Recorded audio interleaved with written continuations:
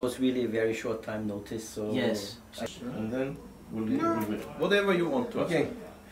First of all, as a magazine, the YellowBox magazine, would like to congratulate you about the Phonobox RS2.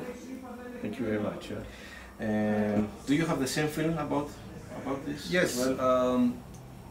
We tried to go with the new RS2 line a new way, because before we were very conscious to keep the price really as low as possible.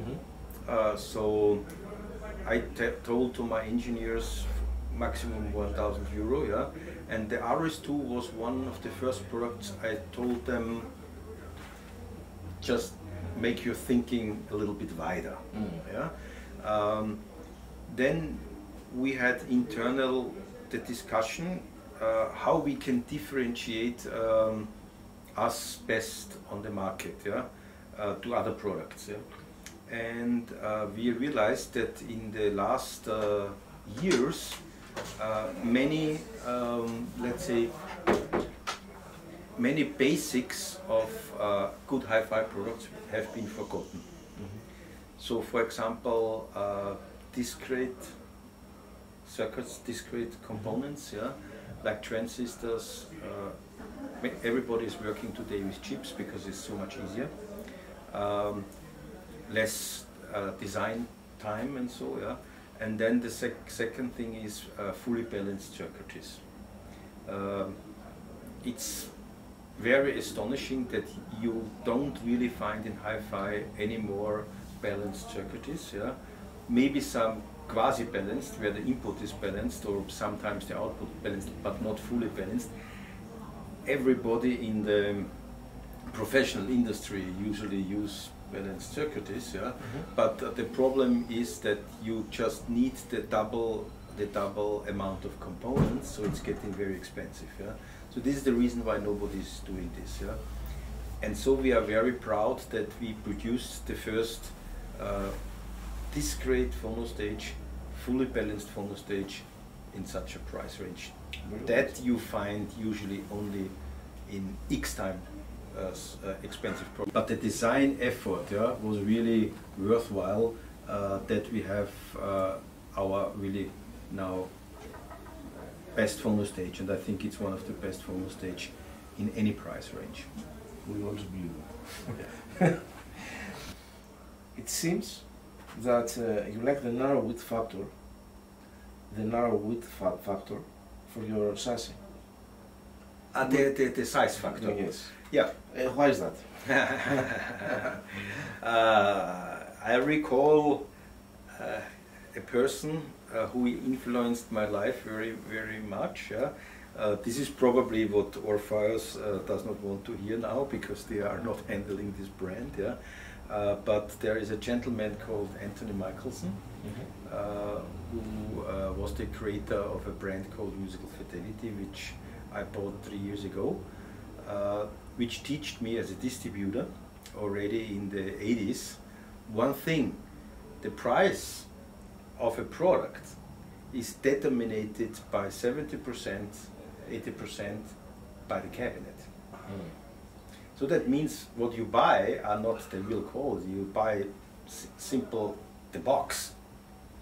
So, and that lead me to the conclusion that when I want to make hi-fi affordable, and that's the idea of Pro-Ject. The idea of Pro-Ject is to make really good hi-fi affordable, high-end affordable. The only way I can do this in electronic is just reducing the size of the cabinet. And therefore I try, this was my first phono stage, yeah, was tiny, small, yeah, but the cabinet was very low cost, so the product was very low cost, yeah.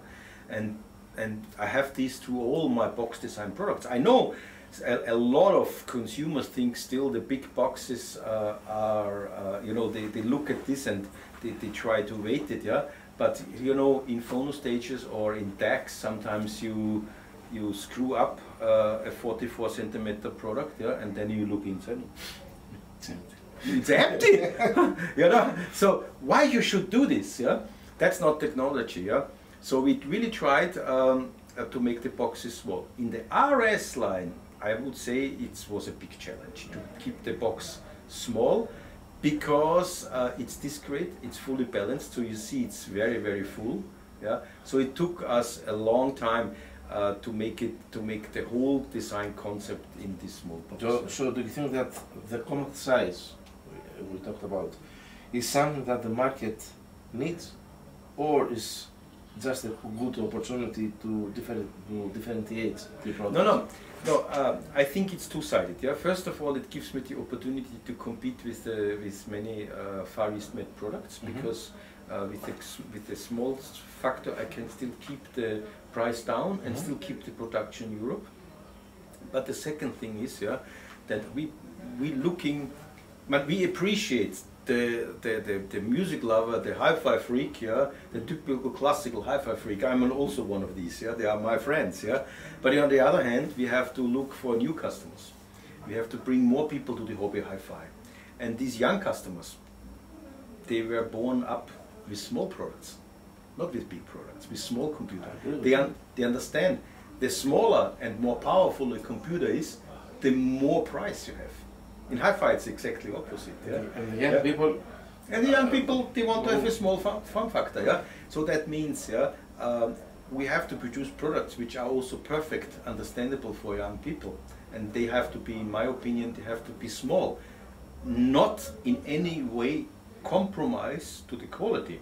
So components have to be the same. And second, what is very important, also the material has to be the same, because what we don't do is we don't make any compromise to the material. So that means even a box design product at that size, yeah, is fully aluminium, yeah, with beautiful connectors. So we do everything like the big boxes, yeah. Yeah, so there is no, let's say, compromise in the base quality of the product. Yeah? And I think that I dare to say that once in a lifetime, every person who loves mining, at least one time, will buy a project. Oh, thank you. I think it doesn't mean that maybe sometime you buy a project turntable, okay, and then you buy something else. Yeah, but for once sure. in a lifetime, everyone will buy a project.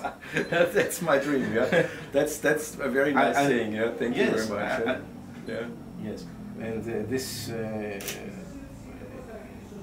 was the case for me as well. Yeah, thank you very much. Yes. We believe that your electronics are sometimes over-engineered, meaning that they are much better than their price category implies. This is our notion. The question is, what is the most important factor when you design audio electronics? And to be more specific, what was the biggest challenge when you designed the Phono Box, the RS2? The RS2? The RS2 was not a big challenge. Yeah, the challenge was really to get the circuitry in such a small cabinet. Yeah, but you have to understand, in phono stages, we do now since 1998 we do phono stages. Yeah, this is more than 20 years. Yeah, so we have quite a big experience in phono stages, and we are also the company who have by far the largest choice of phono stages. Yeah, so we are quite experienced. So actually, phono stages haven't been the big problem for us ever. So we are now also bringing phono stages with balanced circuit even for 400 euros. Yeah, we have introduced last year the Phonobox S2 Ultra, which is the first discrete phono stage under 300 euros. Yeah, actually this is a real price bomb. Yeah, which never any company did in this price range. It's more challenging when you're going to amplification. Yeah, amplification in small boxes. Yeah, that's a challenge. Phono stages was absolutely no problem. Yeah, easy to design. So easy because we have so much experience in this. Yeah, But amplifiers is a challenge. Nice question. Do you think that sometimes are you tempted to offer a true high-end electronic product? I mean, from price high-end? Yes, a real orthodox one, including a stratospheric price. A 50 kilo chassis, something like that. No. Why? No.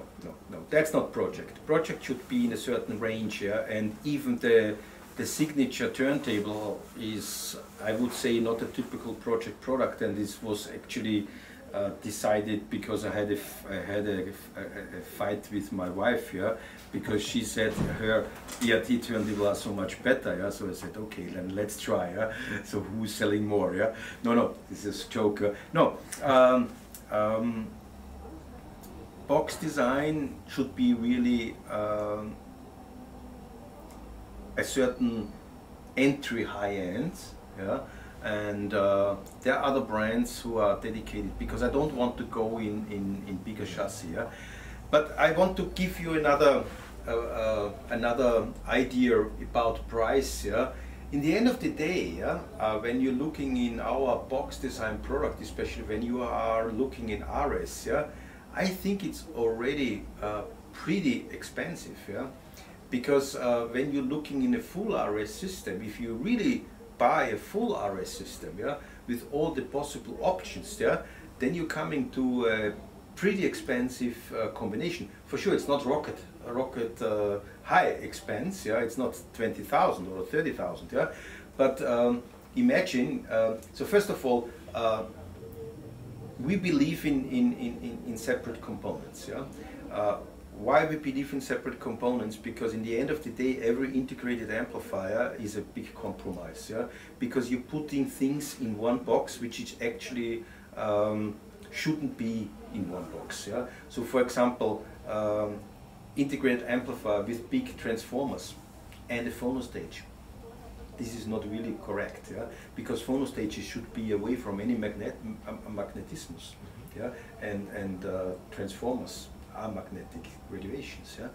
Also, DA converters in an integrated amplifier, not really good, because you should not mix low frequency with high frequency, yeah? This causes distortion, which you really don't want, yeah? Therefore also no AV receiver has really an absolutely audiophile importance, yeah? Nobody is using AV receiver for audiophile stereo, because it's just all these video inputs with all this high frequency distortion, it just doesn't work with the delicate analog signal. So in the end of the day, yeah, when you're looking in RS line, yeah, and you keep everything really correctly separate, yeah, which means you keep the phono stage separate, you keep the DAC separate, you know, you make the analog preamp, because we are one of the only company you give you the choice. We have a preamplifier where you have a compromise, which means DACs and in phono in one box, but that's not the maximum, because the maximum is our pure analog preamplifier. Yeah? Or do you think really a company like Audio Research, for example, would do a 30,000 euro preamplifier with a phono stage or a DAC inside? No, never. Yeah? And therefore our RS pure tube Class A preamplifier is fantastic, yeah, and it's much better than the integrated pre-box RS2, yeah. So that means when you put everything a la carte together, yeah, with the separate power supplies, because the next thing is power supplies. Why we have not power supplies in the box? The reason is, yeah, that we believe, yeah, that a linear power supply is always better, but when you're making an integrated product and you put a cheap linear power supply in the box without any proper isolation, you destroy more, yeah, than when you're using a cheap output power supply. Okay. And the cheap output power supply has two advantages. First, it's relatively low cost. It makes zero radiation. So, and third, with the low cost power supplies, I have any worldwide certification. The certification of a 110 or 220 volt product costs X time more. And the customer thinks always they're getting something free. No, they don't get anything from the industry free. Yeah? That means they pay the license. Every customer pays the license because it's part of the product production. Yeah? Yeah? The same thing is with remote controls. Why we give tiny plastic remote controls? Because we don't want to overcharge the customer. Because when we're giving big remote controls to all the products and somebody is buying 4 products, yeah, then he has 4 big remote controls, yeah, which goes all to the dust. Yeah? This is wasted money. So we give a small one, which is a function, and the big remote control, which has all the function, it's separate. And when somebody is buying 2 pieces, he gets the big remote control free of charge. That's ecological thinking. And when we're coming back to the price, yeah, when I used then all the products with the external linear power supply, yeah, because we have for the phono station external power supply, for the preamplifier, for the CD player, for the DAC, for everybody, we have for the amplifiers. Yeah, because when you're doing our 2 RS monoblocks with the external power supplies, you have huge power. You have 200 watts RMS. Yeah. With a lot of amperes to drive, yeah. So it's, and then if you put all together, you are not cheap anymore. You are already on 10,000. Yeah. The advantage on this, yeah, is, and this is also a big part of my history, is, yeah, you can start with something. You can, with Pro-Ject, you always can start. You can start and can add on. You can start, let's say, with an amplifier. Stereo amplifier, you can make it out of this mono, and you can then buy a second one, and then you add a power supply, and then you add the second power supply. So you can step by step upgrade. Yeah, you can buy the DAC, and then later you buy the power supply. Yeah, you understand what I mean? This is your advice to young people? This is the advice for everybody. Yeah, look always, yeah, in the upgrade path of brands. Look if products can be upgradable. Yeah. This is my principle on our turntables. Yeah? Therefore, we have on all our turntables output checks. Yeah? We have power supplies for upgrade. Yeah? We have mats for upgrade. Yeah? We have cables for upgrade. We have clamps for upgrade. Yeah? So, and the same thing I do in turntable, I do in electronic. And even for, let's say, a Phono Box for 250 euros, you can buy an external power supply. We are the only company who doing this in this consequence, because we believe hi-fi is a hobby, and you have to give the customer the chance. If they love something, yeah, they just improve it. Yeah? That's perfect. And therefore, I think RS is already very expensive, when I be honest. Yeah? If you go the whole way. Yeah? I will go to the vinyl chain. Mm-hmm. First of all, Pro-Ject supports the vinyl revival, I believe. Yes, we have been the first company actually, yes, who brought vinyl back again, yeah, with all power of my life. Yeah. Do you think that there's a growing number of young audiophiles? Oh yes. And who believe that analog sounds better? Or do you think it's something else that moves people, motivates people to go to vinyl? Yeah. First of all, I have to say, to be audiophile or the audiophile hobby, there will be more and more customer, also young people who start to love this.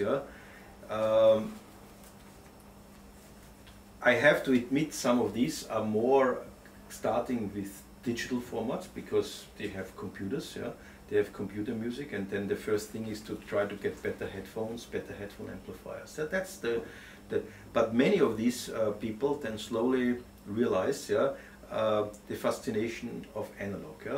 And it's not only about sounding better. I would be very careful with this. Today you have also the possibility to make also with digital components a very good sound, and therefore I invested also in fantastic DACs and preamplifiers. The the big difference between digital and analog, why also young people are getting more behind analog, is not only that it sounds better, it definitely sounds different, that's clear, but it's more the total experience. Yeah? And this is also the reason why now in the Corona crisis our business was gigantic improving, although we have been already on a very high level, yeah, but we are even higher, because people have time. And when you love something, you like to spend time. Yeah, I believe very much. Yeah, lot of people tell me convenience. The young people are only interested in convenience, that everything is easy because they know it from the mobile phone. But that's not correct. If somebody loves something really, yeah, he doesn't look for convenience. He looks for the experience, for the pleasure. Yeah, look bicycles. Yeah, if somebody likes a bicycle, yeah, he starts to try to get his own saddle, his own gears, his own carbon whatever. Yeah, so they care about. Yeah, and they spend also some money. And the same thing is for, let's say, for wine. If you start to, I know young people now with 30, 35 years, they're starting to get vinophiles, so wine lovers. Yeah, and to be a wine lover, it's not convenient. It's not easy. Yeah, it's the opposite. It's the opposite. You have the right glass, the right temperature, the right food. So it's a lot of knowledge. Yeah. Also, you have a variety, a huge variety in the wine industry. Yeah. Nobody says, yeah, a Burgundy is better than a Bordeaux. Yeah. In the hi-fi industry, yeah, sometimes we are too much religious. Yeah, when we're talking about brands, this brand is much better than this brand. This is not. You will not hear from my, as I say, that Clear Audio is bad. It's a fantastic product. Yeah, yeah. So, but it's different than Pro-Ject. Yeah, and this is the same like in the wine industry. But coming back to the young people, the main thing what the young people are attracting on vinyl is simple. They start now to experience that what we all know, yeah? That when you are getting deeper in something, the pleasure is even bigger, and that's about. Yeah? That's about. And on digital formats, the pleasure is not the same. Also, you have a problem with the haptic. Yeah? When you have a vinyl player, yeah, this can be a furniture. You know, a USB file, yeah, with digital music, this has nothing. Yeah, yeah. Yes. This has nothing. If you go to a friend and he's I don't know, he's a big fan of Parov Stellar, yeah, you bring him a USB stick or a record. You bring him a record. Yeah. So this is the big difference, and the young people, they started to understand this, and therefore we have so many new music lovers who are listening to vinyl. But I believe that the digital part brings more people to music. Absolutely, and, absolutely. And these are our customers. Yes, absolutely. Because with digital, with streaming, yeah, it's much more easier, yeah, to find new music. Mm. But when you find this new music, then you want to possess the whole thing. You want to collect the real nice thing. Therefore, also records going in the price rocket high. Yeah, I just read in one of the Austrian newspapers. Yeah, again, new records of prices of used records, because it's something which you want to own.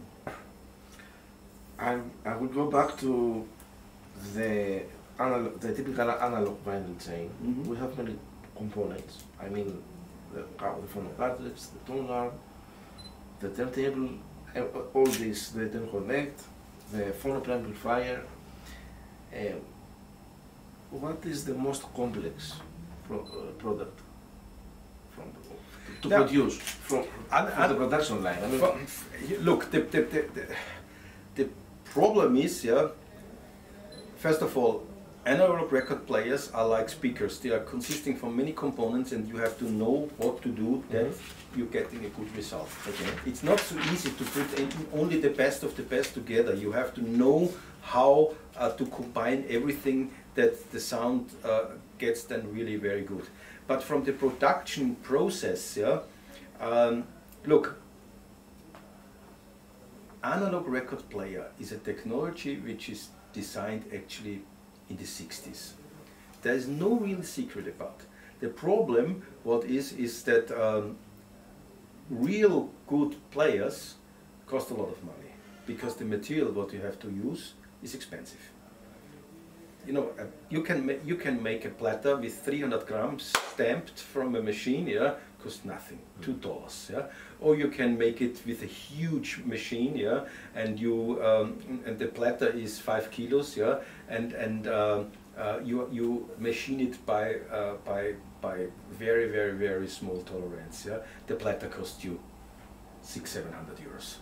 You know, and that's the difference, because there are physically basics, yeah, which you can't go around. It's the same with speakers. Yeah, in the end of the day, yeah, really good speakers cost a lot of money because it's not a science to produce them, or it's a science to produce them, but it's not a secret anymore how to produce them.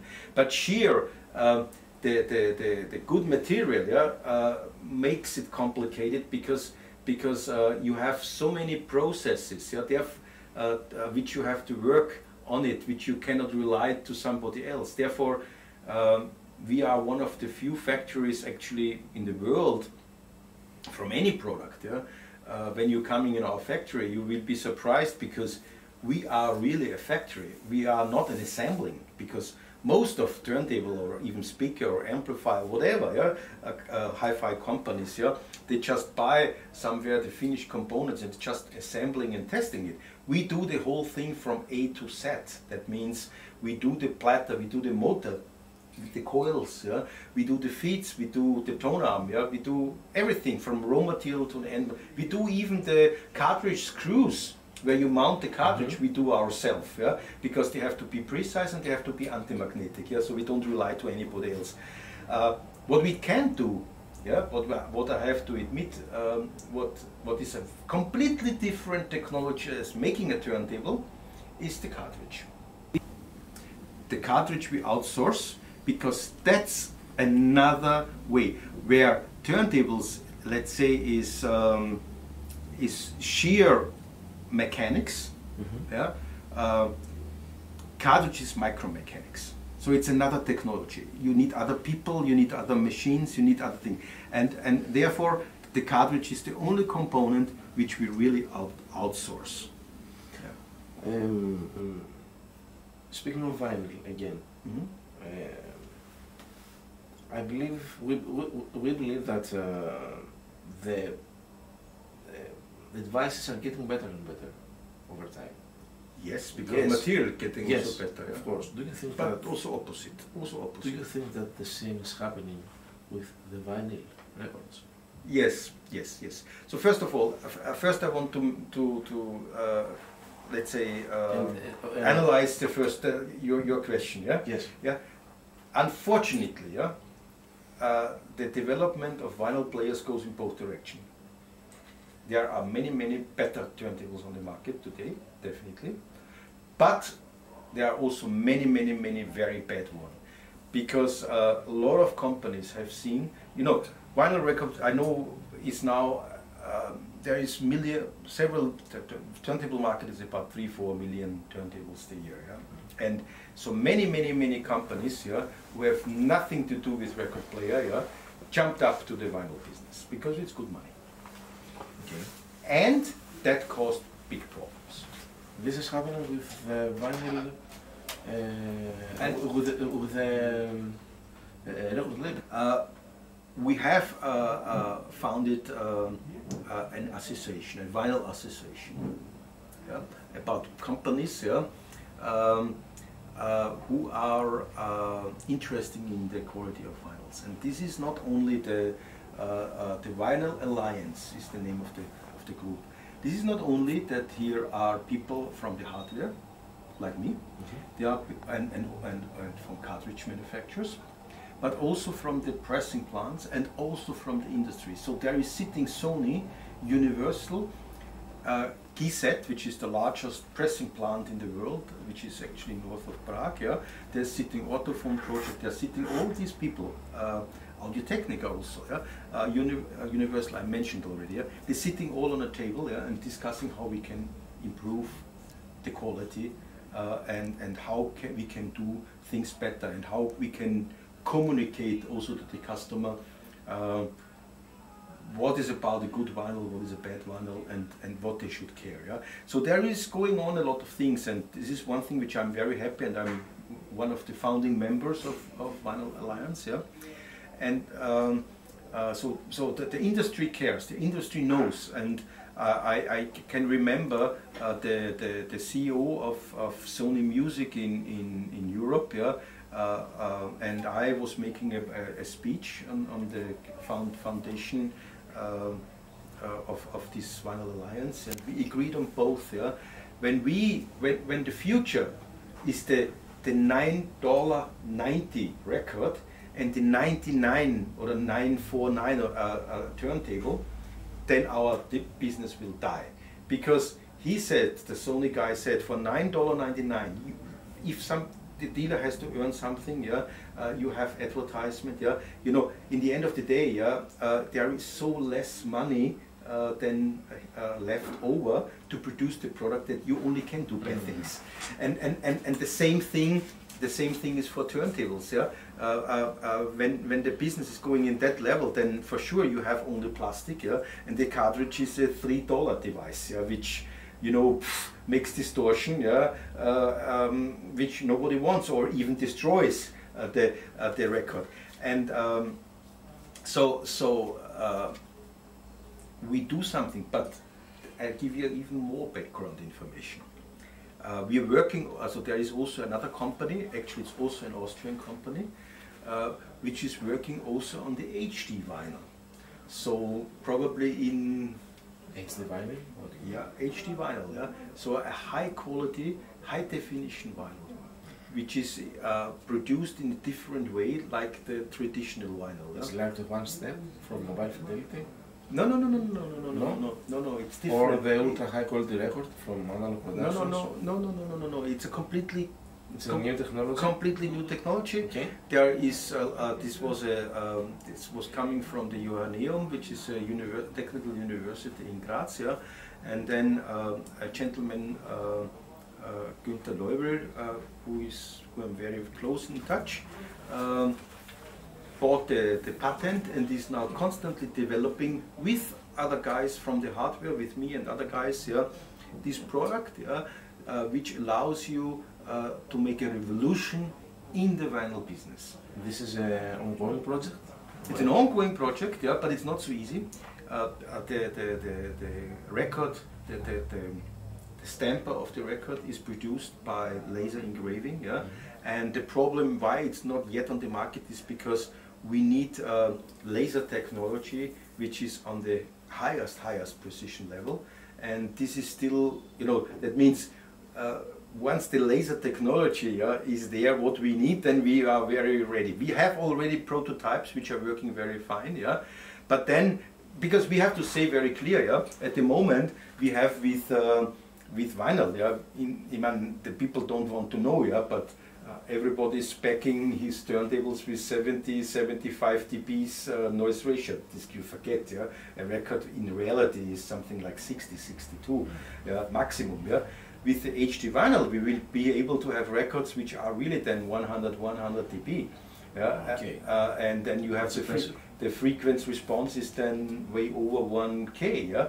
So also then it makes really sense to make even new digital recordings which you can press on vinyl, because the frequency is then much higher. Frequency response is much better. Also you can get more information in the groove, yeah? Like you would be probably able to get more data out over the record player, that some other digital devices will recognize what you play on the record. There are a lot of possibilities. And one thing which is also very good on HD vinyl is that the bottleneck of producing vinyls, yeah, will be reduced, because one thing what we have a big problem is that the demand for records is higher than what is at the moment the supply. Yeah? Because there are so many young bands, they want to have 500 pieces, 1,000 pieces, 200 pieces, yeah?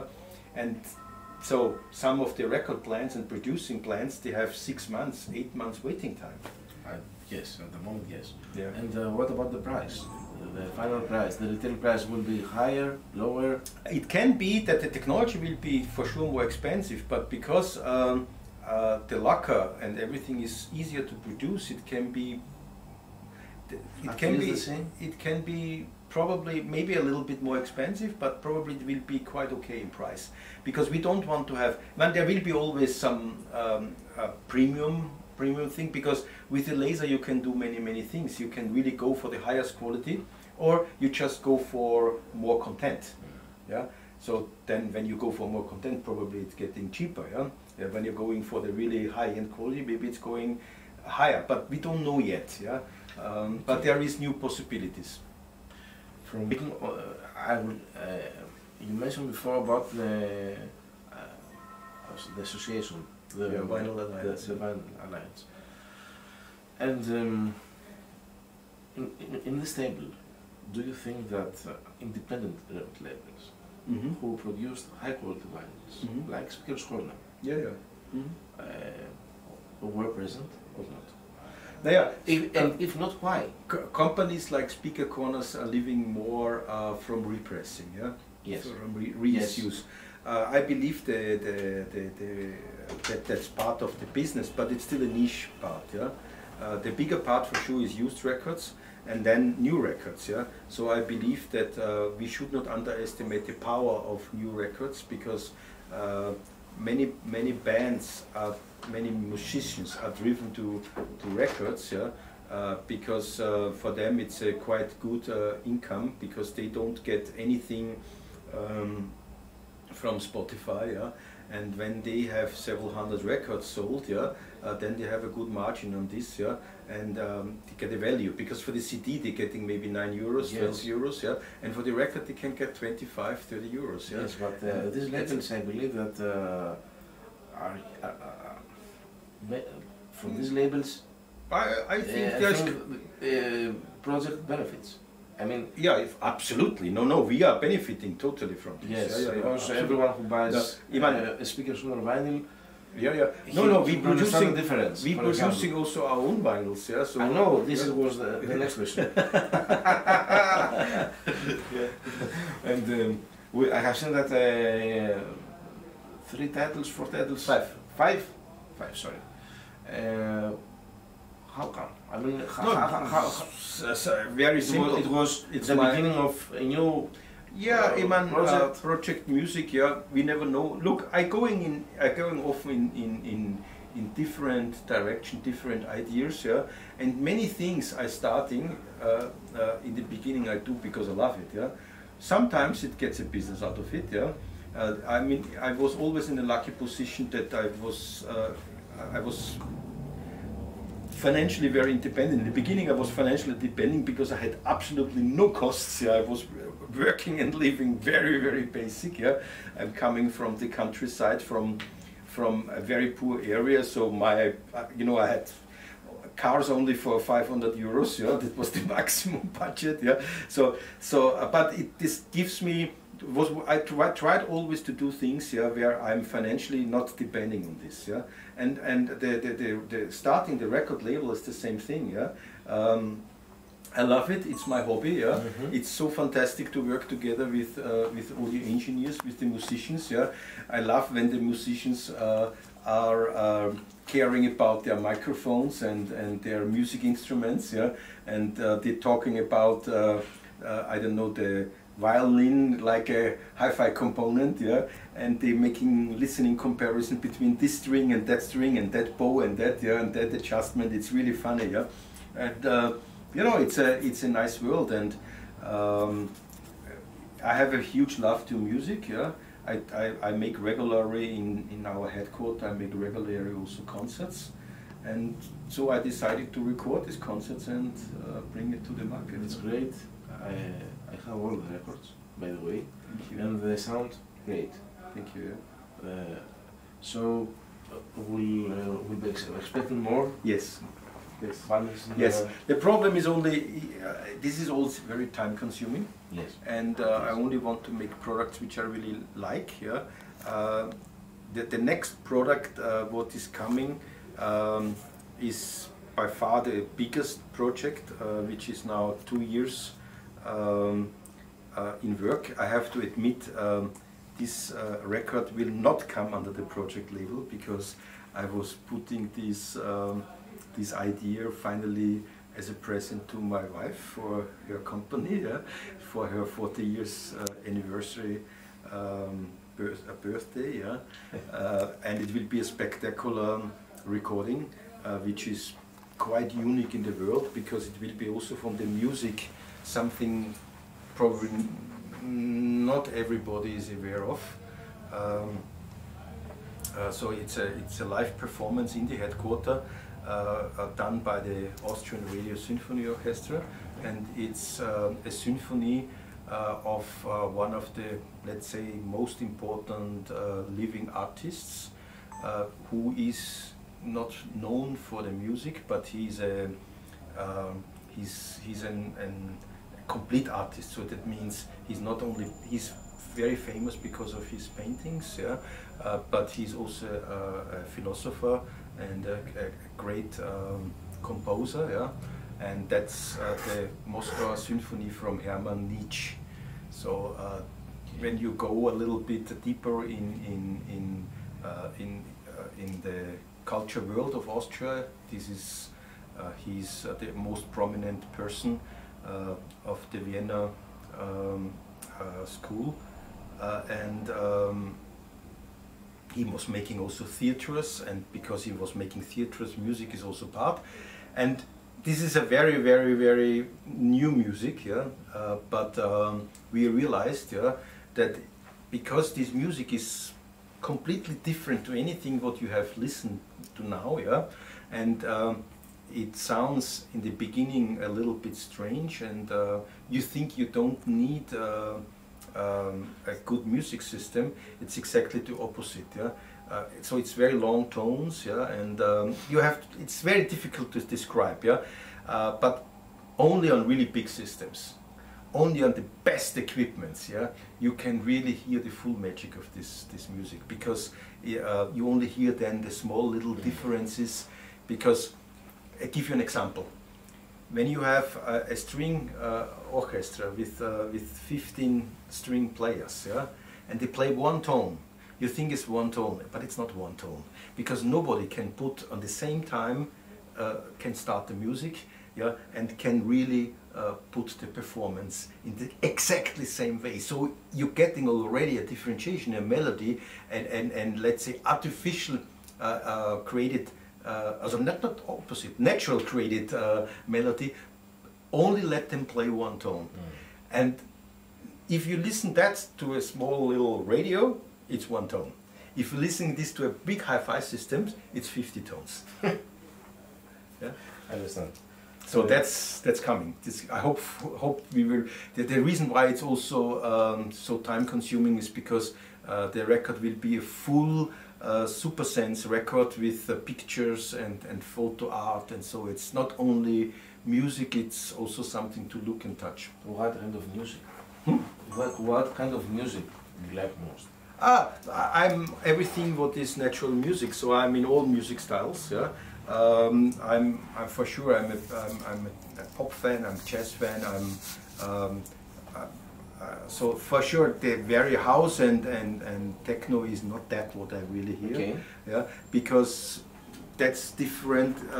Even if I make a party, it's okay. Yeah, but it's about for me, it's important that I can listen to the music really by conscious, that I can sit down and I can really relax and I can really get it. And that can be with rock music, yeah. The same thing with a huge symphony, yeah.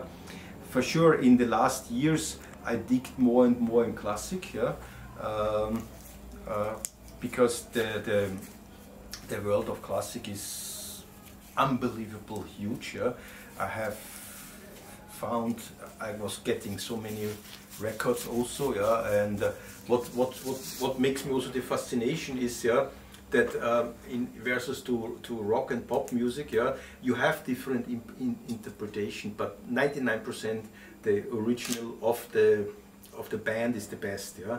In classic music, the variations is so much higher, yeah, and you start then to listen to, I don't know, I name it, I have from Tosca, it's one of my favorite operas, yeah, from Puccini. I have 20 different versions, yeah, and they sound all different. The labels are different because Decca is different than EMI to Deutsche Grammophon. Yeah, the singers are different, the conductors are different. Yeah, so this is, in my opinion, even for me now more valuable than only the difference between a sound component. Yeah, which for sure is also interesting because I have to test my products and I have to judge my products in what direction they are going. Yeah? But I learned a lot by listening to music, yeah, to judge also my products better. Okay. Do you play any instrument? It's a weak point. Weak point. I tell you the story. I tell you the true story. The true story. How I was coming to be on this place, to have the joy to make you an interview as a hi-fi producer. Yeah? So definitely in my countryside, yeah, it's very common, yeah, that everybody goes to music school. Okay. Everybody, yeah. Okay. This is very common in Austria, yeah. And I'm coming really from a very small town, and I had also to try, yeah. And you know, I tried guitar, then they put me to clarinet, and so, but it was a disaster. It was just not working. Okay. Yeah. So but I loved music already at that time extremely. I was, you know, every second day on Radio Luxembourg to hear all the new, because, you know, radio pop music, the modern music was not played in Austria. There was still Deutsche Schlager, yeah, yeah. So so the pop music we had to get from foreign radios, yeah, and so I decided, because I wasn't able to play music, I said, okay, I cannot play music, yeah, I'm too stupid for that, so I decided to buy me a hi-fi system. So I buy this 16 years, I bought a hi-fi system, and that was very crazy at that time, because it was 16 years, everybody in our area buying, with their first money, they buying a motorcycle. Okay. Yeah, this was clear, because we are countryside, so to get your girl on the back here, you need a motorcycle to go from one disco to one disco, you have to be mobile. No. I bought with the same money, what is my first money, which I earned on the petrol station of my mother, yeah. I bought a motorcycle, well, not a motorcycle, I bought a hi-fi system, yeah. And actually a very good hi-fi system, yeah. And then because the people thought I'm crazy, why I buy for 10,000 euros, I buy speakers, how crazy I can be. It's completely impossible to do this, yeah, yeah. And then I invited all my friends to my home, yeah, and I presented my speakers, yeah, and they said, "Oh, wow, yeah." And this is exactly what I'm still doing, yeah. So, you know, I'm declared for crazy, yeah, producing turntables. Then I show what a turntable can make, and what are the people saying? Wow, and that's the story. That's the story. This is the story. And the last question, please, yeah. There is a recent trend of analog tape machines. Yeah. Is this tempting to you? And yeah. The 7-Ray, the latest record I made, yeah, yes, is available on True Tape. Oh, okay. Yeah. Do you think that a real recorded playback machine, yeah, will come up in the project? Yes. Or not? No, we were working already in that direction. Yes. Yes. Because one of the very best guy who repairs, I would say, close to produce tape machines, yeah, open reel machines, yeah, he's also one of my recording engineers, yeah. He is David Kübelböck is his name, yeah, from Ostrom. audio. Yeah. So with him, it's maybe a plan to bring that to life. Yeah. But you know, there is so many ideas I have. Yeah. I believe this is fantastic. I believe the sound of this is the best. Yeah. I have got some copies of master tapes from famous things, and if you listen to the 7 Ray in my reference system on my master tape, yeah, then yeah, it's something. I have a big studio machine, yeah, and it's just something fascinating. Yeah. Yeah, it's something which I believe will come stronger and stronger in the real, but it's a very niche. It will never be as popular as record players, yeah. But the real audiophile, the real people who are in the best of the best, yeah, they definitely in this market. They definitely will come for that. It's for a few. Yeah, yeah. And very few people. Yeah, once I have the possibility that, you know, I'm fastly expanding the company, yeah, and sometimes I get more people that I have more time for things which I personally love, yeah. But then I realize I invested already in something, and then I have to organize this, yeah. So, but that's something which I would like to do. Perfect. Thank you very much for your time. It's a big pleasure to be here. It was a very interesting conversation. Thank you. And for the YellowBox magazine. For the YellowBox, yes. Yeah. No, thank you, and I appreciate that you have really the energy and all the work to bring a new magazine out. Yeah. For me, I have to say, the Hi-Fi Press is a very important tool, a very important fact. Because I want to say very clear, without the hi-fi magazines, the support of the hi-fi magazines, the analog would not be possible to come back so, maybe not even come back at all. Because speaking very honest, everybody says, okay, a magazine and you have to pay and blah blah blah, all this. This is partly true, but in many ways it's not true, because when I see how much press coverage we had already in the 90s, where we had no money at all to make any advertisement, yeah, nothing, yeah, and where the turnover was so tiny, yeah, magazines love it to write about, and that was helping a lot. Yeah? So it's so magazines who have the passion are very important.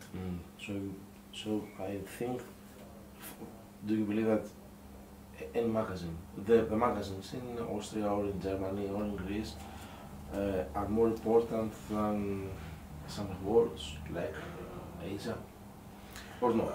Or it's something completely different? It depends. It depends. Yeah, I mean, for sure. It depends on the customer. Yeah, for sure, some customer rely on the stars. It's in all industries. In the wine industry, it's a marketing tool. It's a marketing tool. Yeah. Yes. So and yeah. So I would say it's a combination. Yeah. It's also a question in what direction the magazines are going. Yeah. Sometimes if it's going to be too freaky, I'm against. Because we need a voice to give some message. What is about the real joy and the real fun about the industry? When it's only about thick cables, yeah, and very expensive audiophile stuff, yeah, it's very dangerous. It's not that I don't like it. I have a big system in my home, yeah, with all crazy things, yeah. But it's very difficult to get the balance, yeah, that we don't get in a certain lunatic area. Once the normal customer cannot follow up, yeah, the way how a magazine is written, it's counterproductive. Yeah, how hi-fi is described by a magazine. Yeah, So we have to be very careful.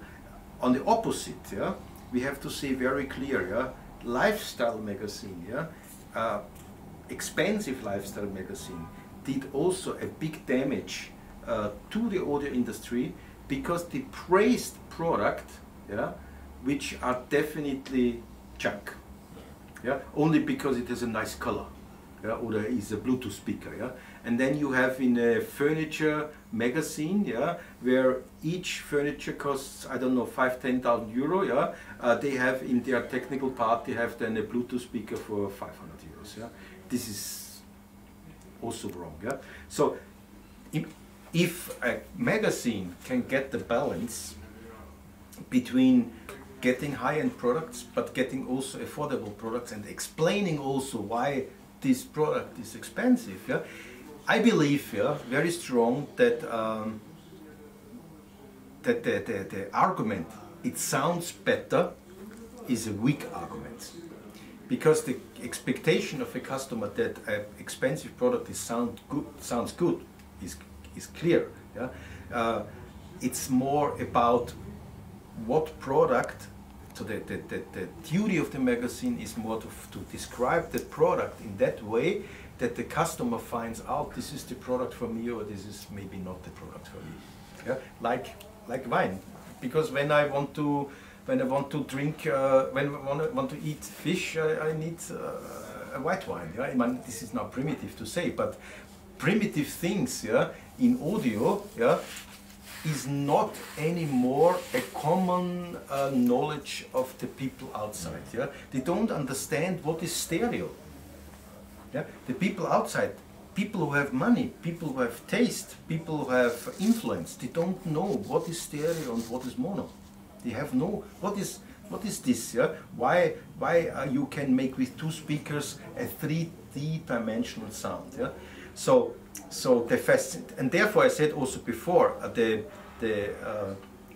hi-fi magazines have been so important, yeah, to get the vinyl business back to the customer, because they made very nice description. They tried to explain vinyl correctly, and they made very nice pictures, which is also very important. Yeah, yeah. And then you get in the appetite. Yeah.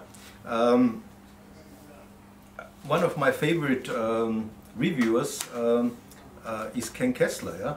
When from Hi-Fi News and Records in UK, he doesn't give stars. Yeah. But when you read one of his reviews, you want to have it. You understand what I mean? Yes, we don't give stars as well. Yeah. So he describes it as well and funny. Yeah. And finally say, yeah, I can get this. Yeah. And that's about. Yeah. So that's the way I see magazines. So I think, like books, magazines have an importance, but they have to care that they have a modern, correct message that they will survive in the digital world. Yes, of course. Thank you very much. Big pleasure. Big pleasure. It was very good. Was hopefully very good. The questions were fantastic. I have to say, I like the questions. Thank you very much.